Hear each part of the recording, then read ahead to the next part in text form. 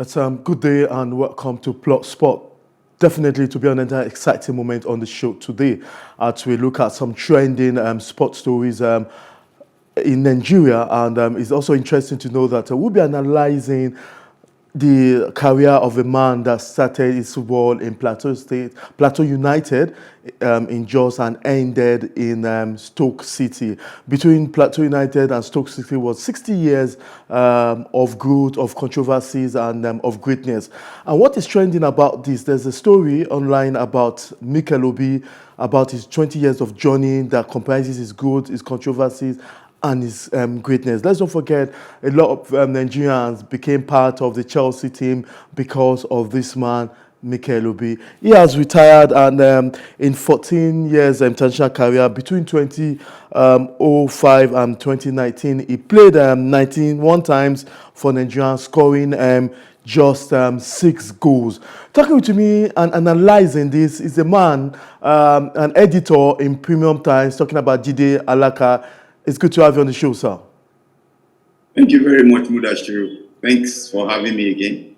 Yes, you wrote a story titled Tribute to Mikel Journey in 20 Years of Growth, Controversies and Greatness.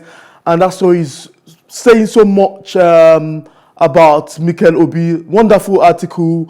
And nobody expected Mikel should actually announce his retirement for international football. Tell us about the man, Mikel. First things first, Mudashiru, the question to ask is that did Mikel actually really fulfill the talents that he showed at a very young age? I would say yes and no again, because like Oliver Twist, we always want more. We will never know. If you had made the trip to Manchester United instead of Chelsea, would things have been different? Would we have gotten the real successor to Austin Okocha and all of that? But this is not taking away anything from the man. He stood out. He actually stood out. Like the article you're talking about, one match I would never forget was the under-20 final against Argentina in the Netherlands in 2005. I wish that match could be played for so many young people, so many young footballers again. It's a match in which, if not that Lionel Messi scored 2 penalty goals, there was no way that Mikel could have been compared to Messi in that match. Mikel was that good. It was so good that when he had the ball, a lot more Argentines congregated onto him, and they could never get the ball off him. It was a masterful display, and I will never forget. That was, for me, what marked the beginning. Yes, I don't think he ever hit those heights again, but he had a remarkable career. Yeah, a lot of people talk about why he decided, I don't know, the line between being a creative midfielder to a defensive midfielder, that it took many years for him to score his first goal for Chelsea. Was that necessary for him for that, so that he can have such a long career in Chelsea? How about if I've actually told the line we saw at the under-20, would there still be that longevity of a career for Mikel, or what he did, or what Mourinho turned him to be, if I may use that word, is the best thing for him to have happened to him? Well, if you know him very well, he's a person of very, very minimal words, and I think that in whatever position he could have had that long a career. He was very economical with his movements, but very effective. So I don't believe that he would have triumphed in any position he played, even as a number 8 or an inverted number 10 or whatever. Mikel was brilliant with the ball, and he was brilliant with his brain. That is what makes the difference. He wasn't only very good with his legs, but he had a thinking brain that was very, very good. I think the only thing that was missing, and no footballer has it all, no football player ever has it all. The only thing that if you could have added it to Mikel, would have made him something else, maybe a phenomenon, was a bit of speed. Remind our listeners, I'm sure a lot of people must have forgotten, because we also have on the internet across the globe in putting on a Manchester United jersey. I think that deal didn't go through. What happened overnight? We also know he made his agent Daniel Shitu one of the most popular agents because of he was under Mikel was under him. Can you remind us what happened that moment? Why he didn't sign for Manchester United? You know that let us ensure that everybody knows the beginning. This is a young boy from Jos, from very humble beginnings, who gets to go to Norway, and then the world opens up to him just like that. And then a club that he has been, you know, when you talk about Manchester United, that's a behemoth. And then a Manchester United says they want you. Even if you don't want them, you will still be confused at that young age. And that's why they needed the direction of an agent. But that deal was done without his agent. That deal was done without his advisor.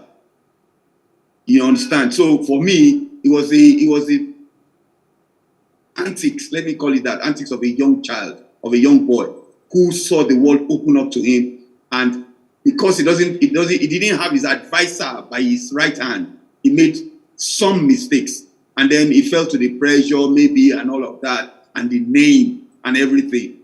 Nobody, I would have put on that jersey to go to Manchester United. Any young boy, any young Nigerian boy will make that mistake. So I don't blame him for that at all. Especially under Alex Ferguson. So what happened overnight? Why did we end up in Chelsea? Did his agent pull a very fast one on? No.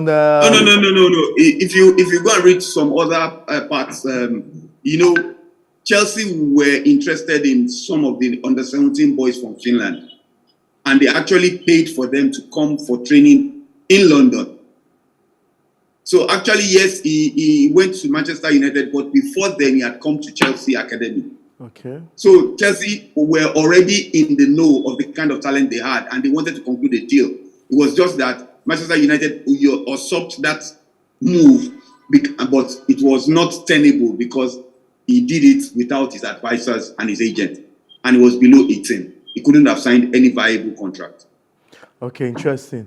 Now let's look at Chelsea, Mikel John Obi as a Nigerian player. One of highlights was when the under-23 was cash trap in Beijing, that he has to foot the bill for cash trap in the US. That was, yeah. They were cash trapped in the US. In the US. So are we going to remember him more of a Chelsea player than in adoring the Chelsea the green, white, green jersey? That's a very good question, Mudashiru. Very, very good question. Unfortunately, I'm being caught between the devil and the blue sea because I'm a Chelsea fan. Okay. And I remember where I was during the 2012 Champions League final. And like many people, like many Chelsea fans say, that was Mikel's best game ever. You know, when you were playing, there was no John Terry, David Luiz, and Gary Cahill were half fit. So it was left to Mikel to prod up that defense and ensure that a free-scoring Bayern did not make mockery of Chelsea. And over 120 minutes, he did that and more. So for me, yes, because of the club affiliation, I will remember that. But I will also remember the 2013 AFCON in South Africa, where against all odds, Mikel stood against the Côte d'Ivoire Elephants and ensured that Nigeria qualified for the finals and won that finals. So for me, there are two defining moments, like I said, three defining moments. The 2005 Under-20 World Cup, which was for Nigeria. There's the 2012 Champions League for Chelsea, but there's also the 2013 AFCON. So for me, I remember him more fondly in a Nigerian jersey. We also know sad moments where we had his father being kidnapped. I think that was done Yeah, twice. twice, Twice. twice. And to have a player like that and his help is noble himself, he wasn't. In personality, describe Mikel Obi. It seems to be a very easygoing person because we had a close contact when the Minister of Youth and Sport, Sunday Dare, appointed him as an ambassador. Awesome. He's a man of few words. Tell us more about his Yes. person, Mikel Obi. Well, I met him. I met him once. I think it was in Calabar, Nigeria versus Malawi. I think something like that. He chooses his words very carefully, but one thing that surrounds him like a halo is respect. People just respect him. I don't know, his personality just brings respect. So for me, like I wrote in that article, I wish an NFF under the new president will bring somebody like that on board. Because there is nothing that Mikel has not seen that every Nigerian youngster who plays football wants to see. He started from the very, very bottom of it and rose to the very top.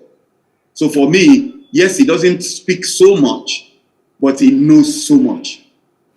And because he can't speak so much doesn't mean that we should not enable him to do the things that destiny has bestowed upon him. For me, those are the things we should do. We shouldn't be talking about whether he talks very much or he's very affable or he knows so much. Let us use those things, the knowledge that he has gained over 20 years. Let us use it to the benefit of those that are just starting up in Nigeria. Okay, now this is going to be a tricky one. Before we look at what transpired yesterday in Ogun State, who is the most popular Nigerian player that played abroad? In the past, we had Finidi Ayas and Rui Betis almost going to, he came to Ipswich. We also have JJ Okocha, PSG, and some other. We also have certain players who have done so well. But abroad, in foreign league, especially the popular ones, who do you think most memorable career? We also have Kanu, Arsenal, Inter Milan, Taibo West, Inter Milan, and he has been to Germany.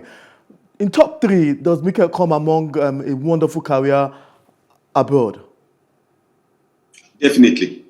I would say Kanu, number one, because of the kind of popularity he actually singularly drove to the EPL when he joined Arsenal. Okay. And for me, Mikel will be a very close second because of all of the trophies he helped Chelsea win. So a third,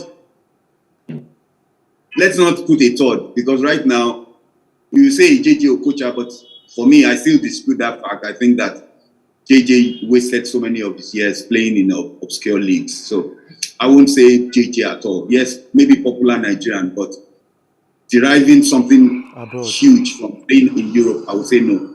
Maybe, let's say Victor Ikpeba or Sunday Olise.